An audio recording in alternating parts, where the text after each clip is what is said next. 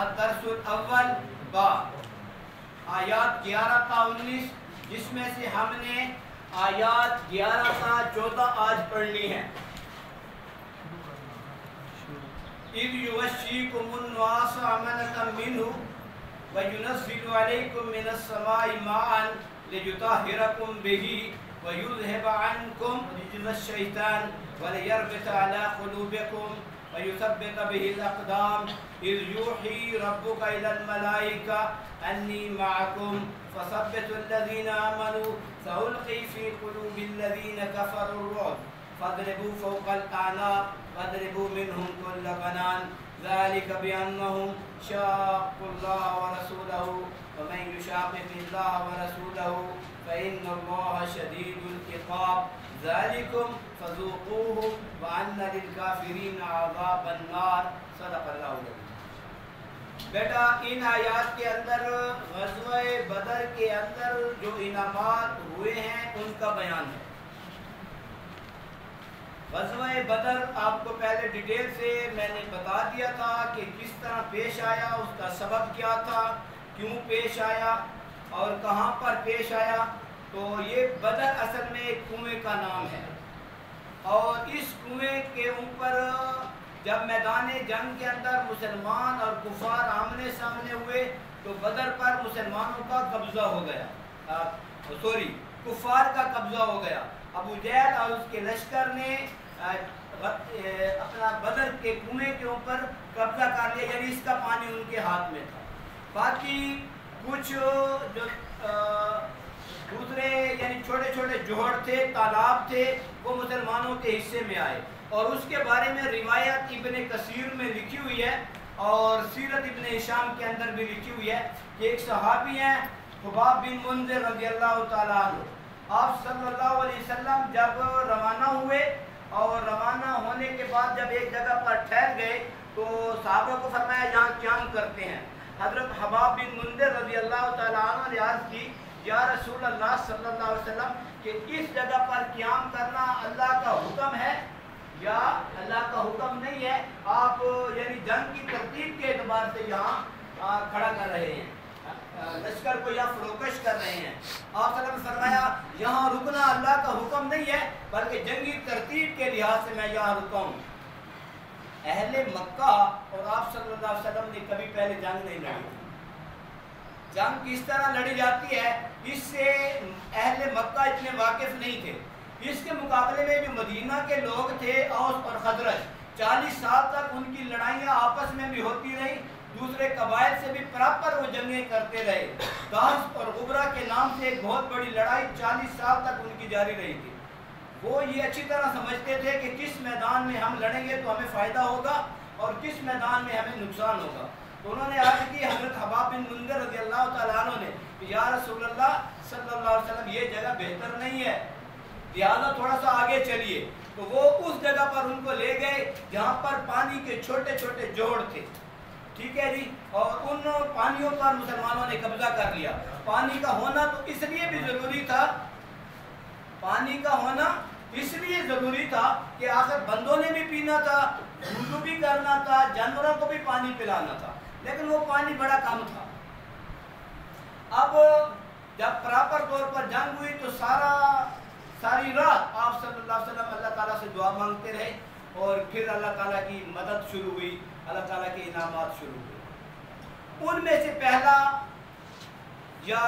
انعام یا پہلی مدد یہ تھی کہ صحابہ کرام جب راستے سے تھکے ہوئے تھے تو ان کو اونگ آ گئی. اِذْ یُغَشِّیکُمُ النُّعَاسَ کہ جب ڈھانک لیا ان کو اونگ نے. پہلا انعام ہے اونگ کا آنا. علماء نے لکھا ہے کہ نماز کے اندر اگر اونگ آ جائے تو یہ شیطان کی طرف سے ہوتی ہے اور اگر جنگ کے اندر اونگ آ جائے تو یہ اللہ کی طرف سے ہوتی ہے. تو یہ اللہ کی طرف سے ان پر اونگ آئی اور اس کا فائدہ کیا ہوا کہ اس اونگ کی وجہ سے ان کے جسم کے اندر بشاشت آ گئی, ان کی طبیعت حشاش بشاش ہو گئی اور وہ جو تھکن کا احساس تھا وہ ختم ہو گیا. آمنۃ منہ وہ امن تھا اس اللہ کی طرف سے, امان تھی, امن تھا. وَيُنَزِّلُ عَلَيْكُم مِّنَ السَّمَاءِ اور دوسری بات یہ کہ اللہ تعالیٰ نے بارش برسا دی. وَيُنَزِّلُ عَلَيْكُمْ مِنَ السَّمَاءِ مَاءً، اللہ تعالیٰ نے آسمان سے پانی برسا دیا۔ اب اس کا فائدہ کیا ہوا؟ لِيُطَهِّرَكُمْ بِهِ، اس کے 3 فائدے ہوئے بارش کے برسنے کے۔ اون کے آنے سے بشاشت آئی، اور پانی کے برسنے سے، بارش کے برسنے کے 3 فائدے ہوئے۔ ایک تو انہوں نے پاکی حاصل کر لی، دوسرا فائدہ یہ ہوا کہ شیطان کی گندگی سے نجات مل گئی، اگر کسی کو احترام وغیرہ آیا ہوا تو انہوں نے غسل فرما لیا۔ تیسرا فائدہ یہ ہوا کہ میں نے آپ کو پہلے بھی بتایا ہے کہ زمین وہاں 2 حصوں میں منقسم تھی، ایک پکی زمین تھی اور ایک ریت والی زمین تھی۔ جو ریت والی زمین تھی وہ آئی مسلمانوں کے حصے میں، اور جو پکی زمین تھی وہ آئی کفار کے حصے میں۔ اب اگر یہ بارش نہ ہوتی تو ان کے گھوڑے تو صحیح دوڑتے، اور صحابہ کے گھوڑے جو ہے یا جو بھی سواریاں تھیں یا صحابہ نے لڑنے کے لیے اگر دوڑنا تھا تو وہ ریت کے اوپر نہیں دوڑ سکتے تھے۔ تو اللہ تعالیٰ نے بارش برسائی، بارش کے برسنے کی وجہ سے وہ ریت والی زمین جم گئی، اور وہ جو پکی زمین تھی اس پر کیچڑ ہو گیا۔ تو تیسری بارش کے برسنے کا تیسرا فائدہ یہ ہوا کہ مسلمانوں کے حصے والی جو زمین تھی، جو ریتلی زمین تھی، وہ پکی ہو گئی، وہ بیٹھ گئی۔ اب اس پر صحابہ کی سواریاں اور صحابہ کو دوڑنا اور چلنا آسان ہو گیا۔ اور اس طرف کیچڑ تھا تو وہ جب بھاگتے تھے، جب اپنی سواریوں کو بھگاتے تھے لڑانے کے لیے، تو وہ کیا ہے، کیچڑ پر پھسلتے تھے۔ دوسرا فائدہ کیا ہوا؟ بارش کا برسنا۔ تیسرا انعام کیا ہے؟ تیسرا انعام ہے ربط قلب۔ آپ کو بیٹا میں نے بتایا تھا، ربط قلب کا مطلب یہ ہے کہ بندے کا دل اللہ سے جڑ جائے اور اس کو اس پر پکا یقین آ جائے کہ سب کچھ اللہ کے اختیار میں ہے، اور دل اس بات کی گواہی دے۔ یہ جو ربط قلب کا درجہ ہے، میں نے آپ کو پہلے بھی بتایا تھا، یہ ایمان کا سب سے اعلیٰ درجہ ہے۔ یہ ربط قلب ملنے کے بعد وہ بندہ کبھی گمراہ نہیں ہوتا۔ ایک لمبی تفصیل ہے، اگر میں اس کو بتاؤں تو شاید پیریڈ اسی میں چلا جائے گا، اس لیے لمبی تفصیل کی طرف نہیں جانا چاہتا۔ پر ایمان کا سب سے بڑا درجہ یہ ہے۔ اصحاب کہف کا واقعہ آپ صلی اللہ علیہ وسلم نے قرآن کے اندر اللہ تعالیٰ نے بیان فرمایا ہے، وَرَبَطْنَا عَلَىٰ قُلُوبِهِمْ، اللہ نے ان کے دلوں کے اوپر پہرا لگا دیا، یعنی کوئی باطل بات ان کے دل میں جا نہیں سکتی۔ تو صحابہ کے دلوں پر بھی اللہ نے پہرا بٹھا دیا کہ کفر کی بات، شیطان کی بات، شیطان کا وسوسہ ان کے دلوں پہ اثر نہیں کرتا تھا۔ اب اس حالت میں اگر انسان کو پوری دنیا کی دولت ملتی ہوئی نظر آئے تو وہ ایمان کو نہیں چھوڑتا، اور اگر دوسری طرف اگر اپنی جان بھی جاتی ہے تو وہ جان تو دے دیتا ہے لیکن ایمان کو نہیں چھوڑتا۔ وَلِيَرْبِطَ عَلَىٰ قُلُوبِكُمْ، تو اللہ تعالیٰ نے صحابہ کرام کو ربط قلب عطا کر دیا، وَيُثَبِّتَ بِهِ الْأَقْدَامَ، اور ان کے پاؤں کو ثابت قدم کیا۔ چوتھا انعام کون سا ہے؟ ثابت قدمی۔ ایک تو ان کے پاؤں اللہ تعالیٰ نے اس صورت میں جما دیے تھے، دوسرا ان کو جب ربط قلب مل گیا تو انہوں نے ڈٹ کر مقابلہ کیا۔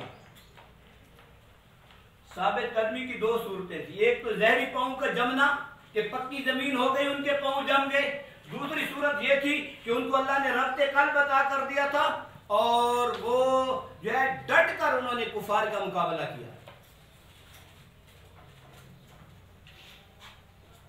اِذْ یُوحِی رَبُّکَ إِلَى الْمَلَائِکَةِ أَنِّی مَعَکُمْ فَثَبِّتُوا الَّذِینَ آمَنُوا، جب وحی کی تیرے رب نے طرف فرشتوں کے، انی معکم کہ بے شک میں تمہارے ساتھ ہوں، فثبتوا الذین، پس ثابت قدم رکھو تم ایمان والوں کو۔